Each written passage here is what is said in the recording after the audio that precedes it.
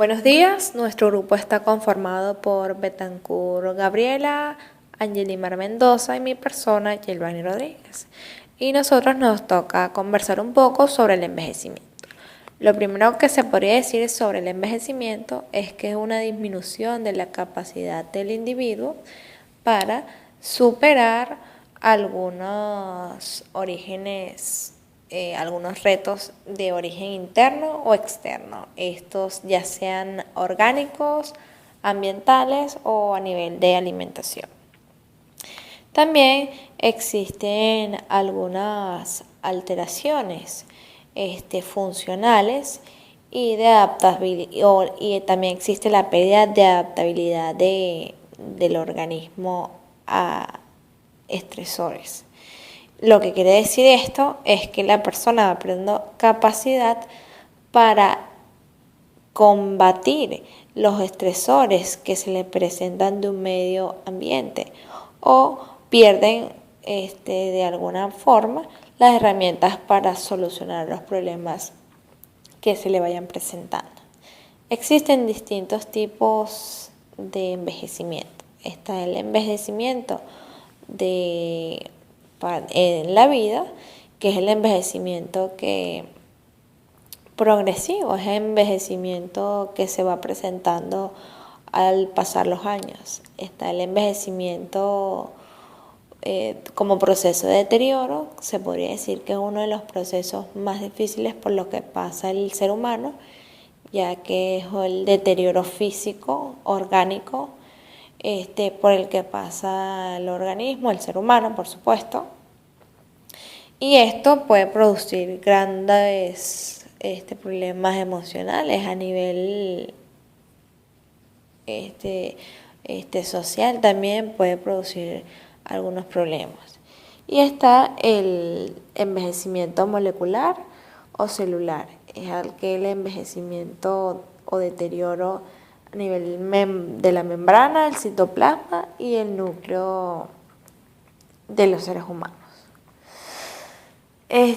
Según Mesías, él expresa que existen o se puede explicar el envejecimiento a través de los órganos. En la piel, él dice que la epidermis se ve dañada por la atrofia. Atrofia es la falta de nutrición, por eso es que la piel se torna un poco sin brillo, se ve descuidada, se ve poco hidratada. Es gracias a esta atrofia producida en la epidermis. Y también en la dermis ocurre una atrofia o falta de colágeno. El colágeno es esa sustancia o eso que nos permite la elasticidad de la piel y para que la piel y los tendones puedan tener una mejor capacidad. También dice que a nivel del corazón, las personas mayores tienen el corazón muy parecido a las personas jóvenes. Sin embargo, cuando la ponen los colocan a hacer ejercicio o lo estimulan adrenérgicamente o farmacológicamente, los cambios son mucho más drásticos, ya que el corazón de la persona mayor se alcanza frecuencias cardíacas muy altas y también hay un esfuerzo mucho más notorio. También expresan que a nivel estomacal, el jugo gástrico puede ocasionar daños en la mucosa gástrica, porque está un poco más frágil de lo que normalmente era.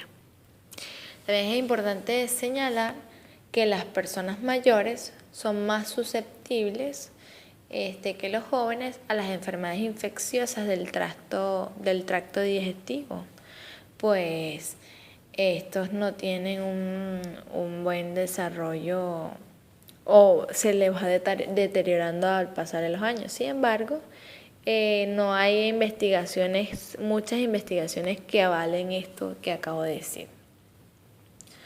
A nivel del sistema nervioso central, no existen unas atrofias generalizadas. Hay unas atrofias un poco más localizadas, como en el locus coeruleus, en la sustancia negra, en el núcleo de Maynard o en el hipocampo. Sin embargo, no hay sufrimiento o atrofia de la corteza o el cerebelo. Me parece importante señalar que algunas investigaciones se han hecho a raíz de que la gente envejece y muere. Por ejemplo, los trasplantes de órganos se dieron en relación a que las personas estaban muriendo, incluso jóvenes estaban muriendo, y pues fue que se fue investigando los trasplantes de órganos. También algunas investigaciones farmacológicas fueron desarrollándose, pues las personas estaban envejeciendo, y por eso se ha desarrollado fármacos que evitan o paralizan por un periodo de tiempo el envejecimiento. Algunas investigaciones, según Timiras, él expresa que se han realizado estudios sobre el envejecimiento en hombres y mujeres. Él dice que antes se decía que las mujeres envejecían mucho más rápido por su tasa de mortalidad en cuanto al embarazo, al parto y todo lo que relacionaba a enfermedades infecciosas, el cáncer y las enfermedades cardíacas. Sin embargo, desde hace 150 años hasta la actualidad, la mujer es la que tiene una tasa de mortalidad mucho menor que el hombre en cuanto a vejez. Pues dicen que hay unas implicaciones en la conexión de género y que también esta mortalidad está relacionada con la localización geográfica, el país como tal y el grado de riqueza. Sin embargo, también le aportan alguna relación al fenotipo XX frente al fenotipo XY. También dicen que la mujer no muere tanto como el hombre en la actualidad porque ella vive menos estresada y eso ocasiona que tenga menos enfermedades cardíacas. También que fuman menos. Sin embargo, salieron algunas investigaciones recientemente que la tasa de fumadoras está aumentando, es decir, mujeres está aumentando su cantidad en cuanto a fumar. Y dicen que hay menos errores o menos pérdidas de ADN en la mujer, y por eso es que hay una tasa de mortalidad mucho más inferior en relación a los hombres. Existen unas características de vejez sin alteraciones. Se dice que los hombres deben ser mucho mayores de 65 años. Estos no deben tener signos manifiestos de enfermedad neuropsiquiátrica, es decir, deben estar sanos psicológicamente en condiciones para su edad. Y digo para su edad haciendo tanto hincapié porque estas personas de vejez sin alteraciones no tienen alteraciones en comparación a personas con su edad. Es decir, estudios se han realizado de personas con su misma edad y con su mismo sexo y bueno, de ahí es que parten las comparaciones. No se han realizado comparaciones con personas mucho menores porque evidentemente existe al pasar los años un deterioro a nivel orgánico. También dice que no las personas que las características de vejez sin alteraciones no deben encontrarse bajo la aplicación de terapia que afecten el sistema nervioso central. Es decir, no pueden estar bajo fármacos o drogas. Y también deben desempeñar una vida activa, ya sea haciendo ejercicio con cuidado médico, que también relacionarse socialmente con personas de su misma edad, más jóvenes, estar activos cognitivamente. Eso es lo que más que todo lo caracteriza a una vejez sin alteraciones. Existen unas consideraciones fisiológicas, clínicas y de intervención. Según Macías, hay dos teorías que pueden explicar muy bien el proceso de envejecimiento. La primera teoría se llama exógena o ambiental. Esta proporciona o expresa que múltiples factores en el ambiente, también en la dieta o derivados del propio metabolismo, ejercen sobre el organismo acciones lascivas o acumulativas que no pueden ser adecuadamente corregidas por el proceso reparativo que se encuentra presente en el mismo organismo. Es decir, que este proceso de degeneración es producido también por el ambiente y por la dieta que pudo haber llevado esa persona durante toda su vida, y que gracias a estos factores el organismo no puede reparar esos daños ya hechos por estos factores que son nombrados. También dice que hay una teoría genética, y esta expresa que el envejecimiento se da por la existencia de un determinado genotipo, que también determina la aparición de cambios fenotípicos asociados a la edad. Es decir, que la velocidad del envejecimiento se encuentra genéticamente programado. Esto expresa o señala que las personas estamos programadas para envejecer y morir, gracias a un proceso genético. Pues me parece bastante interesante haber resaltado estas dos teorías que muestran que pues el envejecimiento es un proceso normal, y que gracias al ambiente y a la dieta que podamos llevar podemos envejecer mucho más rápido o mucho más lento, según estas teorías. Bueno chicos, como todos ya saben, mi nombre es Angelimar Mendoza. Yo vengo a hablarles más que todo sobre el deterioro cognitivo en el envejecimiento normal. Vamos a empezar con la percepción. En la percepción hay reducción considerable en la velocidad, descenso de la agudeza visual, sobre todo en los espacios oscuros. Hay disminución para detectar los sonidos de alta frecuencia. En la atención tenemos que la atención de vigilancia o sostenida se encuentra en la intensidad. La atención selectiva o dirigida es deficiente. Esto quiere decir que una persona mayor, a diferencia de una persona joven, le cuesta mucho mantener la atención en un solo estímulo.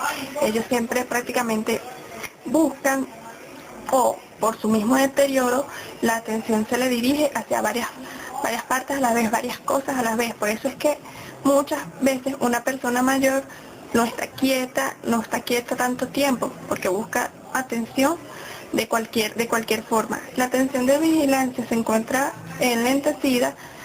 Se puede lograr ver, por ejemplo, cuando se ve una película. Cuando ellos ven una película, muchas veces no entienden, o muchas veces pausan y vuelven a comenzar, porque simplemente no pueden entender bien lo que está pasando, porque su vigilancia no es muy buena, no tanto porque no quieran, sino que simplemente les cuesta este proceso. En la memoria hay alteraciones en la memoria de trabajo. Por lo tanto, hay alteraciones en la memoria a largo plazo. Alteraciones en la memoria a largo plazo debido a alteraciones en la codificación y en la recuperación. Como estamos diciendo, obviamente al tener una alteración en la memoria de corto plazo, hay una alteración en la memoria a largo plazo. Por esto es que vemos que una persona joven puede tener acceso a la información de memoria a corto plazo, si se consolida bien, a la memoria de largo plazo sin problemas y puede mantenerse ahí, si no es para siempre, por lo menos en la mayor parte del tiempo. En cambio, una persona mayor es muy costoso que una información se pase de una memoria a la otra, de memoria a corto plazo a memoria a largo plazo.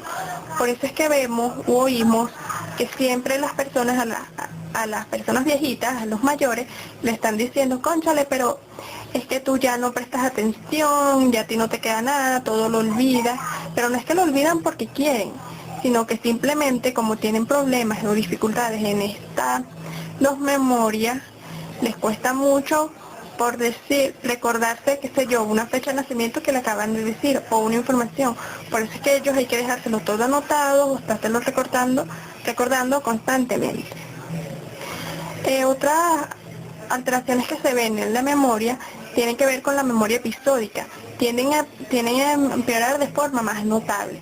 ¿Esto por qué pasa? No simplemente tiene que ver con el cerebro, con el deterioro cerebral, sino con el deterioro físico de los movimientos, sobre todo de las manos, de los pies. Por eso es que vemos que caminamos más lento, se hacen las cosas más lentos. Es precisamente por esto, porque la memoria episódica, recordemos que esta es cómo se hace tal cosa, cómo se hace una acción. Entonces, si quieren hacer que hacer yo, digamos una actividad física, le cuesta un poco más. Aparte, que esto es hablando a modo físico, a reacciones físicas. La memoria tiene que ver más que todo también en cómo cuentan las cosas. Para ellos es más fácil contar o explicar un significado, como dice la memoria semántica, no presenta cambios significativos. Para ellos es más fácil decir algo que saben lo que es, a explicar cómo se hace una cuestión. Ellos pueden decir, bueno, yo lo hago haciéndolo, pero les cuesta demasiado decir, bueno, yo hago el almuerzo así, así, de esta manera, le echo esto, le echo aquello. Tiene que ver más que todo en cómo explicar y que, o sea, ya no guardan cómo hacer las cosas tampoco, sino que hay que explicárselo y por supuesto se vuelve más lenta, como ya hemos dicho, por el deterioro físico. En los procesos cognitivos superiores tenemos como estos procesos el pensamiento, el razonamiento y resolución de problemas. En este deterioro se puede notar en las dificultades para procesar información novedosa y que son más lentas en todas las pruebas cognitivas. Esto puede ser una de las causas que explica que las personas mayores tienen una inteligencia cristalizada, mientras que los jóvenes tienen una inteligencia y un pensamiento fluido. ¿Por qué? Bueno, sencillamente porque las personas mayores muchas veces, aunque tienen dificultad para procesar información novedosa, su dificultad tiene más que ver con ellos mismos que con el cerebro como tal. Es decir, como cuando dicen, no, yo no creo eso no puede ser, porque yo estaba acostumbrada de tal manera, esto es lo que yo sé y esto es lo que yo acepto. Son más lentos en todas las pruebas cognitivas, no porque, o sea, ya no la procesan correctamente, porque pueden presentar pruebas, pero solo que las resuelven de una forma más lenta, se tardan más tiempo, etcétera. Mientras que una persona joven, como tiene una inteligencia y un pensamiento fluido, ellos, como la misma palabra te lo dice, fluyen más rápido en lo que están haciendo e incluso en lo que están pensando. Una persona joven puede, puede muy fácilmente poderse creer, bueno, que los murciélagos caminan y se lo aprenden y se lo aprende y así se queda en su memoria.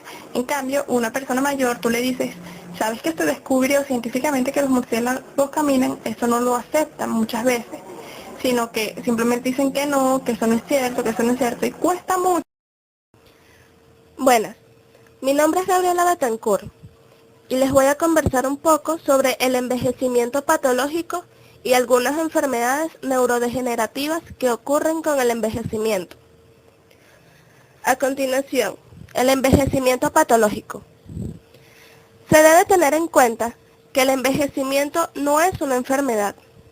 Este se puede diferenciar del envejecimiento fisiológico, el cual es producido por el paso del tiempo y su efecto en las estructuras tanto físicas como mentales, en comparación con el envejecimiento patológico, en el cual actúan diferentes patologías que aceleran el proceso de envejecimiento. Según Corsi, el envejecimiento normal tendría un inicio no tan abrupto como el patológico.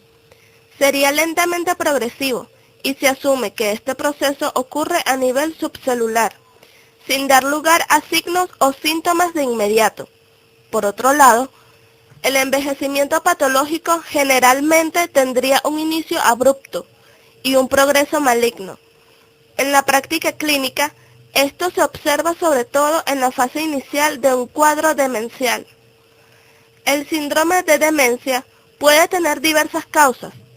La importancia de un diagnóstico diferencial precoz es muy grande, ya que se ha estimado que dependiendo de la etiología del trastorno y de un diagnóstico oportuno, un 15% de los pacientes con demencia puede curarse y un 20% puede llegar a experimentar mejoras. En el cuadro de demencia existen rangos de edades. Un 5% de las personas se encuentra entre los 65 y 74 años de edad. Un 12.5% se encuentra entre el rasgo de los 75 y los 84 años de edad. Un 29.7% de las personas son mayores a 85 años de edad. Y el 70% de todas las demencias son tipo Alzheimer. A continuación, se hablará sobre algunas enfermedades neurodegenerativas. Como primera enfermedad y la más importante se encuentra el Alzheimer.